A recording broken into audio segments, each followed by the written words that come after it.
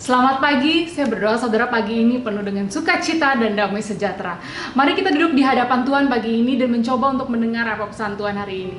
Kami di dalam gereja terus mendoakan saudara semua walaupun melalui ibadah online, biar bisa terus merasakan hadirat Tuhan, biar Tuhan terus bekerja di dalam kehidupan saudara untuk mengalami kebaikan Tuhan tahun ini. Sudah siapkah saudara untuk menerima firman Tuhan? Mari kita satu hati dalam doa. Terima kasih Tuhan. Untuk kesempatan hari ini Tuhan, buka mata hati pikiran kami agar kami bisa mengerti Tuhan apa yang akan dibagikan, biar firman bertumbuh menjadi buah yang manis dalam kehidupan kami, di dalam nama Yesus, amin. Sekarang ini kita masuk ke akhir tahun 2021. Kita biasanya mulai berpikir, wah cepet sekali ya waktu berlalu. Bagaimana kita menjalankan hari-hari kita setahun terakhir? Orang pada umumnya menganggap time is money. Waktu adalah uang, waktu adalah kesempatan. Karenanya kita harus produktif. Ini adalah pendapat orang pada umumnya. Tapi apa yang Alkitab katakan mengenai waktu? Kita baca sama-sama di Efesus 5. Karena itu, perhatikanlah dengan seksama bagaimana kamu hidup. Janganlah seperti orang bebal, tetapi seperti orang arif. Dan pergunakanlah waktu yang ada, karena hari-hari ini adalah jahat. Sebab itu janganlah kamu bodoh, tapi usahakanlah supaya kamu mengerti kehendak Tuhan. Kata pergunakanlah waktu yang ada. Pergunakanlah waktu yang ada. Saya rasa ini adalah pesan Tuhan bagi kita semua sekarang ini. Pastinya kita juga butuh tuntunan bagaimana sih caranya kita seharusnya mempergunakan waktu kita. Menurut beberapa terjemahan lain, kata pergunakan waktu yang ada ini adalah redeeming your time. Making the most of your time, making the most of every opportunity. Tebus waktumu, pergunakan waktu sebaik mungkin, pergunakan setiap kesempatan. Redeem adalah berasal dari kata Yunani, the Greek word exagorazo. Artinya to buy from, buy up, to rescue something from loss, to pay a price, to reclaim something. Jadi kata ini menggambarkan seperti seorang merchant atau pedagang di Efesus yang rajin mencari kesempatan untuk membeli sesuatu yang ada nilainya untuk dijual kembali. Jadi seperti seorang pedagang yang tidak mau kehilangan kesempatan. Misalnya, pada saat seorang pedagang membeli budak di pasar, dia membeli kebebasan budak tersebut. Kata redeem atau menebus ini sebenarnya kata yang sama dipakai pada waktu Tuhan Yesus menebus segala dosa kita. Kita yang tadinya penuh dengan dosa, kemudian Tuhan yang menebus, yang membayar segala dosa kita supaya kita bebas dari cengkraman si jahat. Rasul Paulus katakan kepada jemaat di Efesus dan masih relevan untuk kita hari ini, untuk tebus waktumu. Wah, apakah ini berarti saya bisa tebus waktu yang sudah hilang? Bagaimana caranya untuk mempergunakan waktu yang ada? Poin yang pertama, mengambil kesempatan sesuai dengan tujuan Tuhan. Kata waktu di sini dari kata pergunakan waktu adalah kairos. Kairos di Perjanjian Baru artinya adalah the appointed time in the purpose of God. Waktu yang ditentukan dalam tujuan Allah.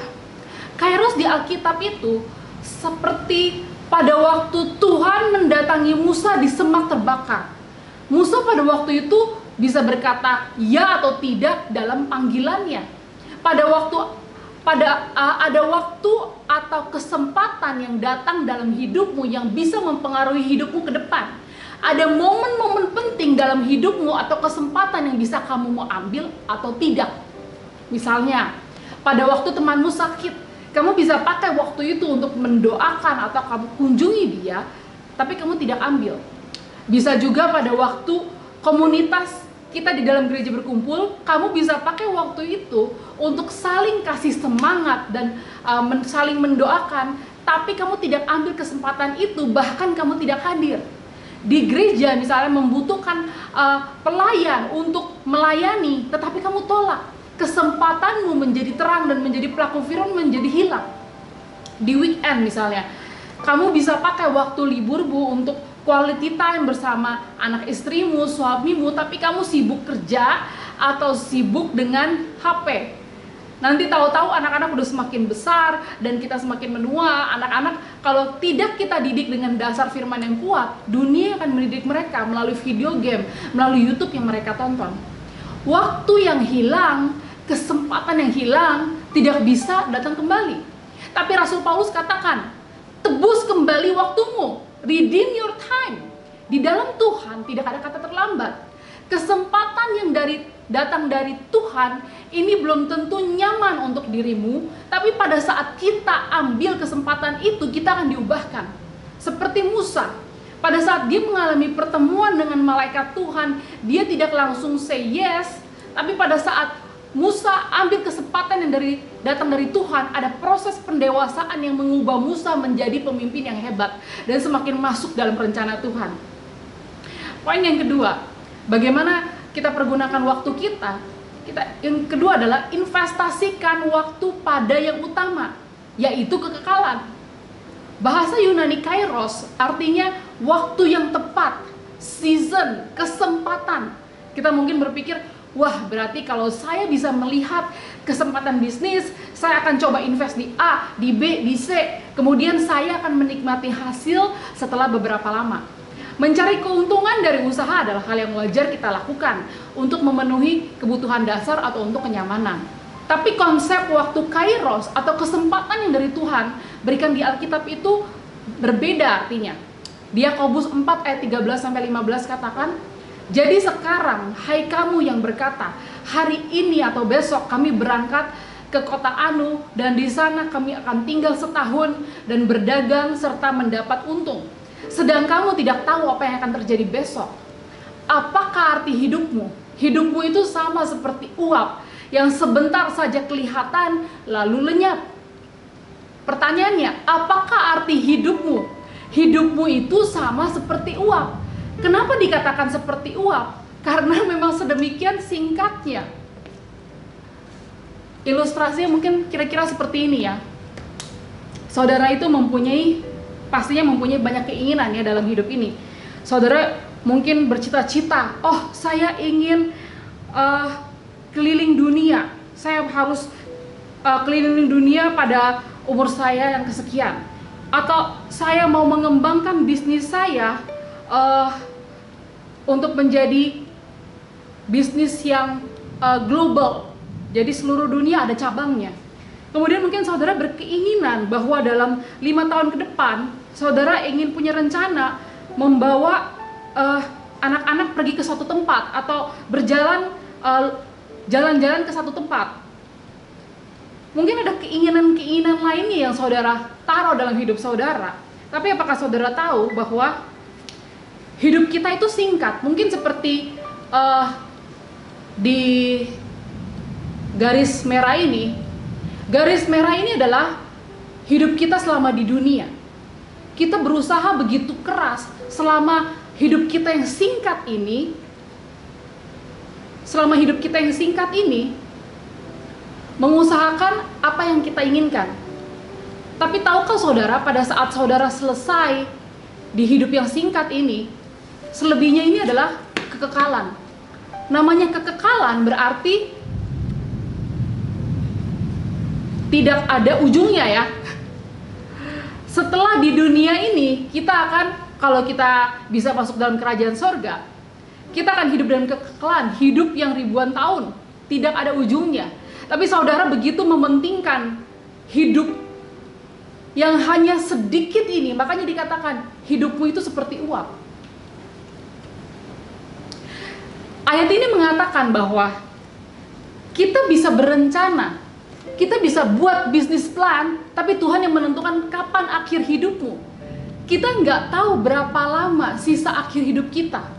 Kita nggak tahu kapan hari kita yang terakhir. Waktu itu berharga di bumi karena kita nggak tahu seberapa banyak waktu yang kita punya.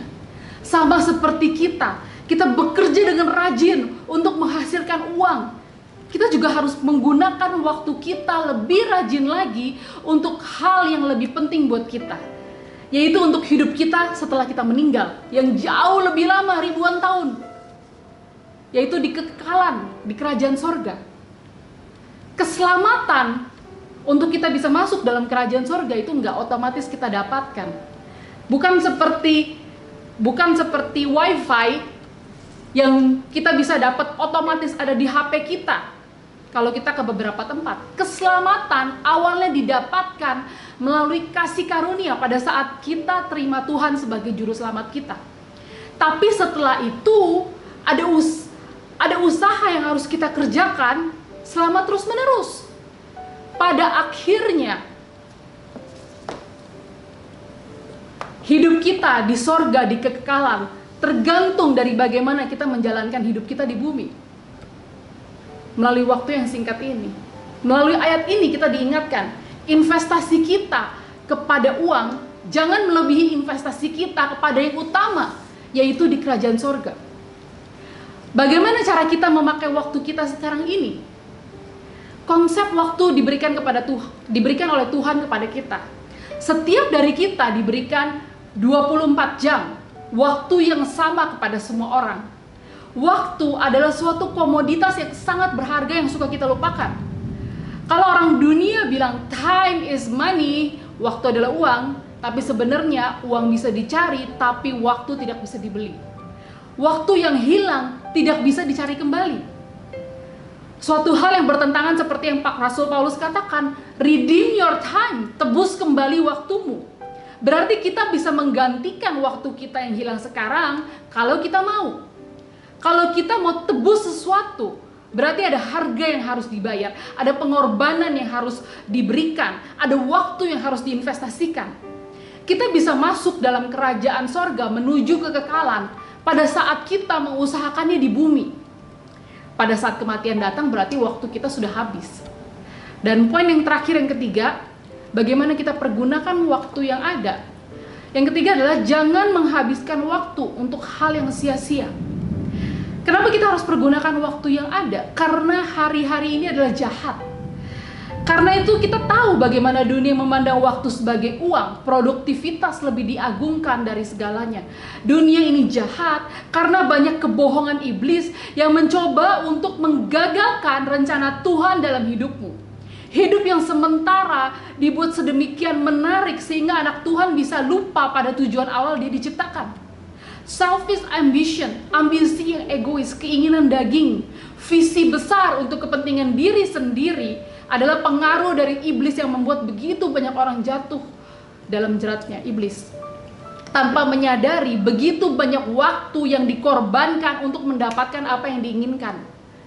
Hari-hari ini adalah jahat karena dunia akan semakin menunjukkan bahwa harta, tahta, wanita atau pria itu paling penting. Kita bisa lihat melalui berita, sosial media, apa yang saat ini orang agungkan.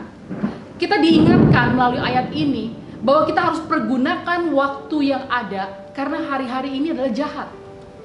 Stop habiskan waktu di depan HP, scrolling, sosial media yang membuat semakin gelisah, semakin insecure, mulai melakukan hobi yang membuang waktu yang begitu banyak, yang membuang waktumu itu terbuang menjadi sia-sia. Kita belajar hari ini untuk pergunakan waktu yang ada. Tebus kembali waktu kita yang hilang dengan mengambil kesempatan yang sesuai dengan tujuan Tuhan. Menginvestasikan waktu kita untuk hal yang utama, yaitu kekekalan. Dan yang terakhir, jangan habiskan waktu kita untuk hal yang sia-sia. Izinkan saya berdoa untuk saudara. Terima kasih Tuhan untuk hari ini Tuhan, hamba-Mu berdoa Tuhan agar ada hati-hati yang mulai terbuka Tuhan, yang mau menerima Tuhan firman Tuhan pada pagi hari ini. Dan biar mereka bisa melihat kebenaran daripada firman-Mu Tuhan, agar mereka bisa mau menginvestasikan waktunya lebih lagi Tuhan pada apa yang menjadi kehendak-Mu, pada apa yang menjadi tujuan Tuhan dalam hidup mereka Tuhan, agar mereka bisa dengan bijak mengambil keputusan Tuhan. Hamba-Mu berdoa mulai pagi ini Tuhan, akan ada semakin banyak orang yang bisa mempergunakan waktu yang ada Tuhan dengan bijak, dengan sebaik-baiknya Tuhan, seperti Tuhan mau mereka lakukan Tuhan. Terima kasih Tuhan, di dalam nama Yesus Tuhan, amin. Thank you for watching. I hope you are blessed. See you next week. Happy Sunday.